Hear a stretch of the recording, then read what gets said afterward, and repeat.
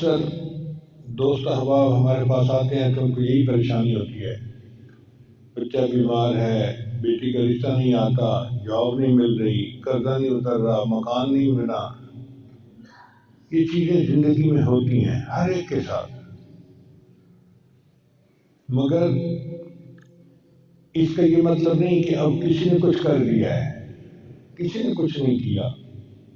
کوئی ہمیں تکلیف نہیں پہنچا سکتا جب تک کہ اللہ تعالیٰ نہ چاہیں، اور کوئی ہمیں نفع نہیں دے سکتا جب تک کہ اللہ تعالیٰ نہ چاہے۔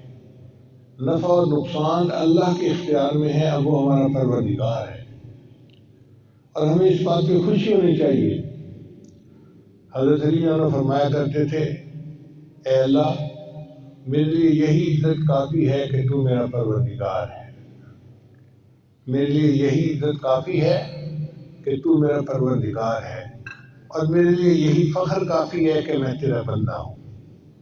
ہم اللہ کے بندے ہیں، اس بات پہ ہمیں فخر ہونا چاہیے کہ ہمارا مالک کتنا عظیم ہے، کتنا بڑا ہے۔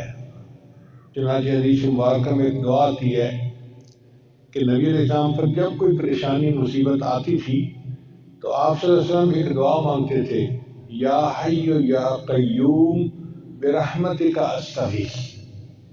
یا حی یا قیوم یہ اللہ تعالیٰ کے اسماء گرامی ہے۔ تو یا حی یا قیوم برحمتک استغیث، اے اللہ اپنی رحمت کے ساتھ میری مدد فرما۔ جب بندہ اللہ کو مدد کے لیے پکارے گا تو اللہ ضرور مدد فرمائیں گے۔ اب آپ بتائیں، قیامت کے دن ایسا ممکن ہے کہ کوئی بندہ یہ کہے، یا اللہ میں تو آپ کو مدد کے لیے پکارتا رہا، آپ نے تو مجھے کوئی رسپونڈ ہی نہیں کیا؟ اللہ کسی بندے سے یہ نہیں سنیں گے کہ میں نے پکارا تھا اور مجھے تو جواب نہ ملا۔ اللہ تعالیٰ ہے، وہ ضرور رسپونڈ کرتا ہے، ضرور جواب دیتا ہے، ضرور بندے کی یہ مدد فرماتا ہے۔ ہمیں مانگنا نہیں آتا،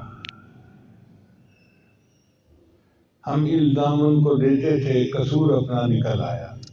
تو اصل بات یہ ہے کہ انسان اللہ کے ساتھ لو لگائے، اللہ بس باقی حوث، اور اللہ کو منائے، اور پھر دیکھے کہ اللہ تعالیٰ اپنے بندے کی مدد کیسے کرتے ہیں، اس کو کیسے عزتوں سے نوازتے ہیں، اس کو کیسے نیک اعمال کی توفیق عطا فرماتے ہیں۔